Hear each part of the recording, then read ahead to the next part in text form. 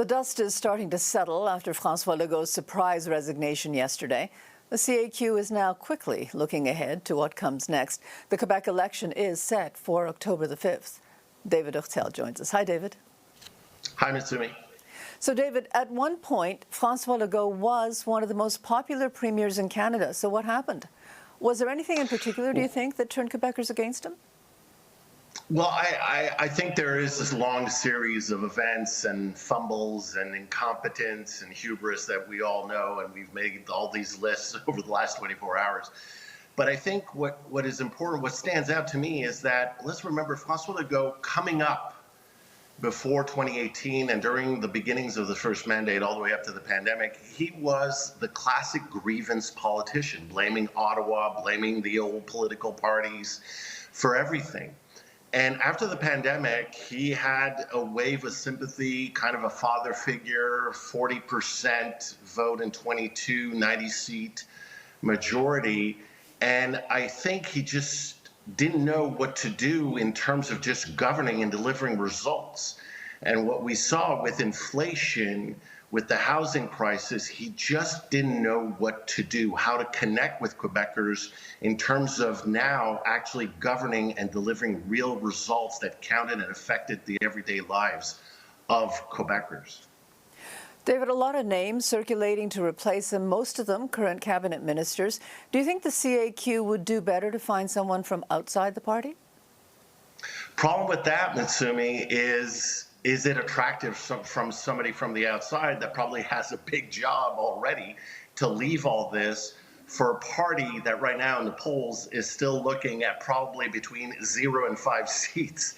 So it's kind of the only parallel I could draw is like Brian Mulroney at the end of the Mulroney era, and nobody from the outside came in, so it was poor Kim Campbell that picked up the pieces, and we know the results of that. So right now, I think also the decisions, the big decisions, and the political horse trading is happening right now between these cabinet ministers who might be vying for the job and getting the caucus support that is needed. I think right now the race, even though it's not started, has begun, and this could be all settled in the next few days, actually. Now, both the Liberals and the PQ were planning to go into an election campaign against François Legault. What do these parties stand to lose or gain with François Legault gone? Well, for Pas Saint-Pierre Plamondon, he has a Poilievre problem because Poilievre was built to fight Justin Trudeau, remember? And here, PSPP was built to fight François Legault and to bring back those PQ voters.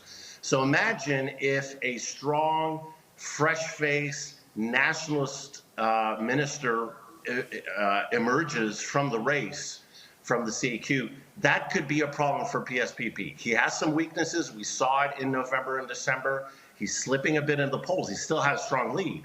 And on the other side, for Milliard, that clears the path for him in a way, because then he can go and get some disgruntled former Liberals that went to the CAQ and now have no home.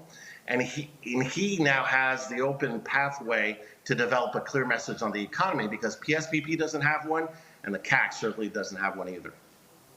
So for the CAQ right now, David, is it just a matter of trying to save the party and get a few seats?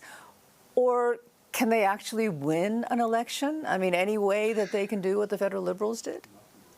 I don't see it. There's no Mark Carney. I mean, everybody, we all think about the Mark Carney example, but it's not like you have that type of person waiting in the wings to come in and really transform the party.